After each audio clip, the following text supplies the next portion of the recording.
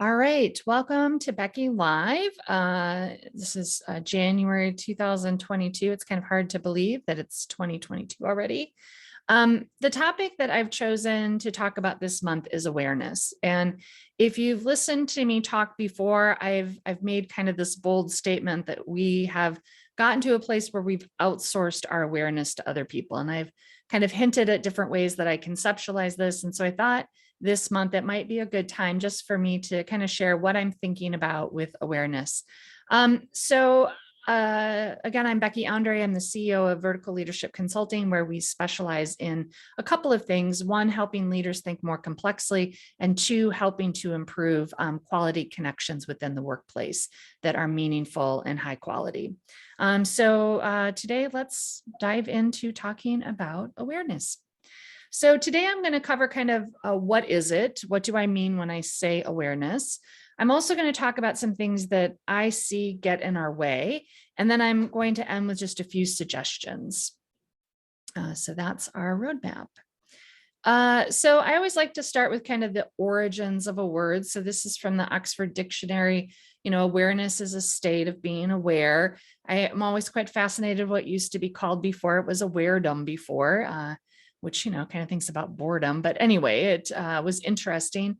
And, looking at the old English version of it, it was watchful, vigilant, wary, cautious, perceiving, watch out. All right. And so, and then there's also self-awareness. So there's a lot going on right now about being self-aware.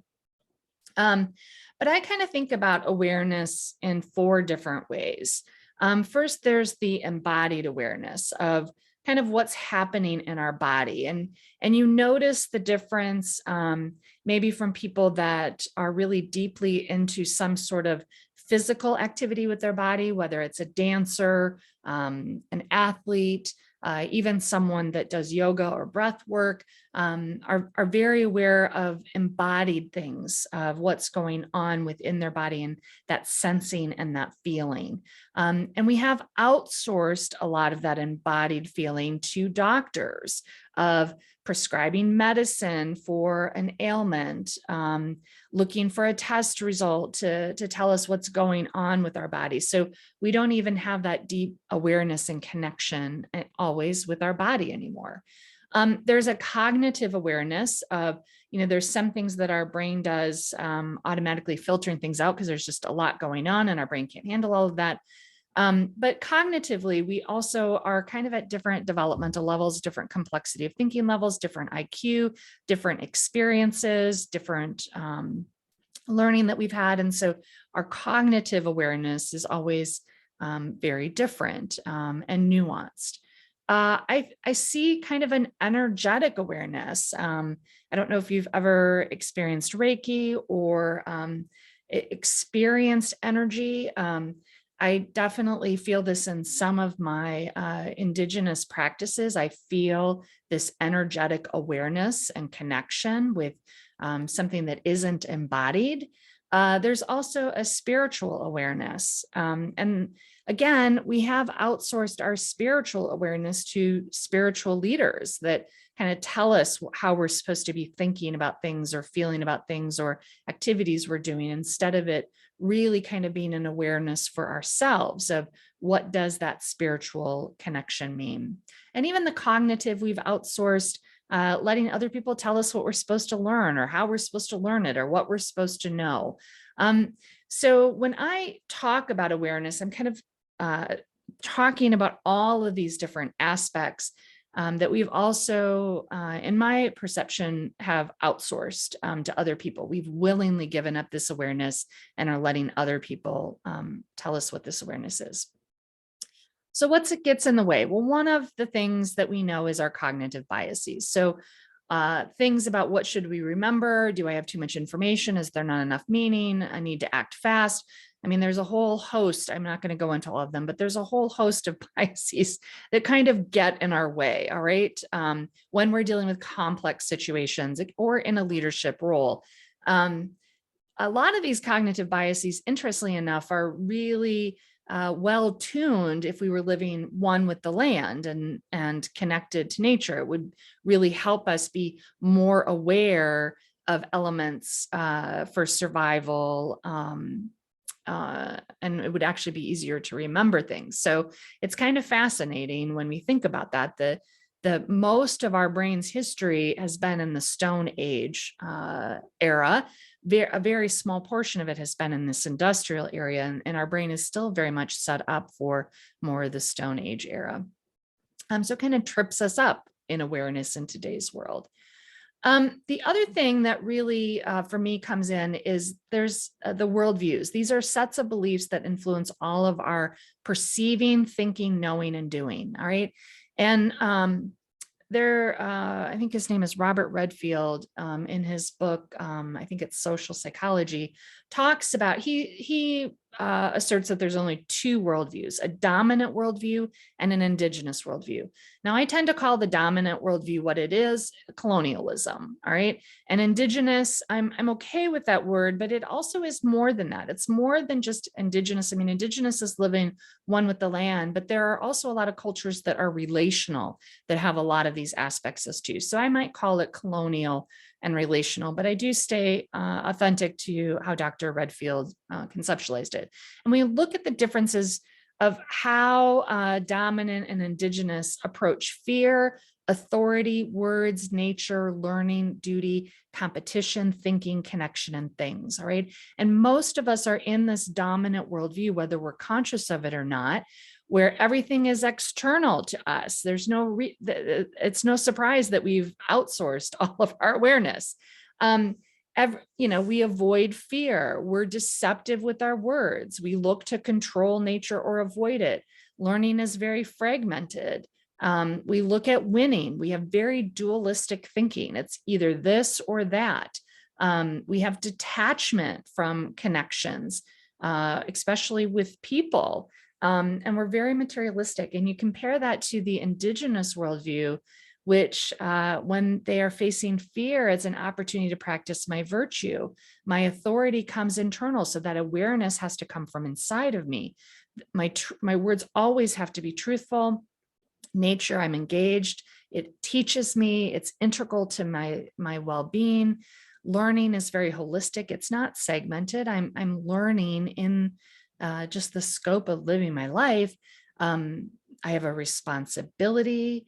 I have potential, non-dualistic thinking, very empathetic, and non-materialistic. All right. And so the worldview that we grow up in has a significant impact on whether or not we are aware. And one of my colleagues, Marty Segelman, works with people on building their awareness, and she's been I don't know the word, but she's spent time with indigenous tribes, embedded in it, and has learned this programming that then she can instruct other people to develop their awareness. But it starts out in nature, and it starts out kind of how the brain naturally is meant to become aware. And we just have to relearn these connections and these skills.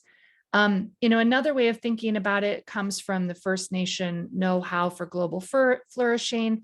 And I believe it was Four Arrows that wrote this chapter about the 8 shields. And there are 8 shields that kind of are archetypes on directions, and it's designed to achieve a particular outcome.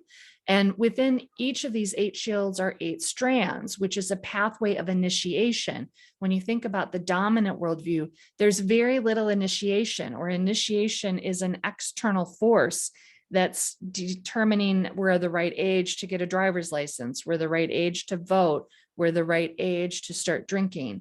Whereas here, it's really about, your tasks, there's relationships, there's skill development, there's connection, mentoring, cultural, and all of these 8 strands have a pathway from becoming a novice to becoming a master, and it goes throughout your lifetime. All right. And so it's deeply embedded in just how you're living your life. And everything that you're doing is about building awareness in these 8 different strands within these 8 different shields. And everything is very connected. You also see this in Sand Talk by Tyson Yunkaporta. You see it in Sacred Instructions by Sherry Mitchell. It's everywhere. So just it gets in our way. And I want you just to kind of look at this. I mean, I'm a big fan of the Cynefin framework. I think David Snowden has done a beautiful thing, but it comes from a colonial worldview where it's looking to separate and segment in order to make sense of things so action can be taken. All right. And so it has limitations to it. And from a theoretical standpoint, it can be super helpful to build awareness. But when you get into the actual practice of it, it becomes much more difficult within an organization because we just don't have those rituals and those structures to help us lean into this. And honestly, the framework is disconnected from other elements. It comes from that colonial worldview. I guess I forgot to put in the indigenous worldview examples, but last month I talked about kind of how the indigenous people go about knowing and learning, and everything is very connected into these strands. And you can probably even just use this as an example of the indigenous relational worldview of how different that is, right? Everything is connected already. And it has been for thousands of years. This one is very disconnected. And so it does create some problems for us in really being useful as an awareness tool, which a lot of things are, honestly, from Harvard Business Review. And again, I use a lot of those things. They can be super helpful to starting to build awareness, but they also have limitations. So just a few suggestions that I conceptualize, and then I'm going to be really interested to hear what you think, is to focus on having a relationship with models. So if you're pulling a model from a Harvard Business Review article, or you're using a particular frame in making a decision, it's thinking about those assumptions that are part of that model, remembering that it's usually segmented and separated from the whole. So what does it exclude? What is it privileging? I think the second part is really building our embodied cognitive, spiritual, and energetic awareness. And I'm just going to focus on embodied for a second. We can do that in multiple different ways. We can do that by noticing how our body reacts with the different foods that we put in. We can notice what happens to our body as we focus on the breath.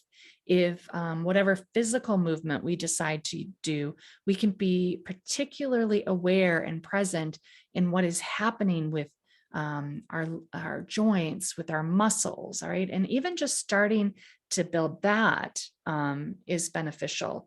We can build our spiritual awareness by going out in some sort of form of nature and really just experiencing awe of what we're seeing. There can be awe in a mushroom or in a flower or in how a bird has appeared. And so it's building that awareness so that we aren't outsourcing everything. We're beginning to insource some of that awareness again. And then reflecting on experiences as we have experiences of being a leader and in connection with other people. We're getting information, right? We're building our awareness on what they're privileging, what assumptions they're making. And so it can begin by reflecting on those experiences. It helps us become more aware. And it also is a part of developing complexity of thinking as well. All right, so those are some of my thoughts on awareness. We do have some upcoming events. So February, we've got Learning Together and another Becky Live, both focused on accountability and how you go about doing that. In March, we're going to be focusing on collaboration. So again, Learning Together is a chance for you to learn from people in the network, and I'll provide some frames and some discussion guides. And then I'll give you some additional thoughts on collaboration later on that week. And then April will be all about energy. Where does our energy come from? and how do we manage it? So I want to thank you for being here today. And if you want to get in touch with me, here's how to get in touch with me, but probably the best place is with LinkedIn. So thank you so much and have a great rest of your day.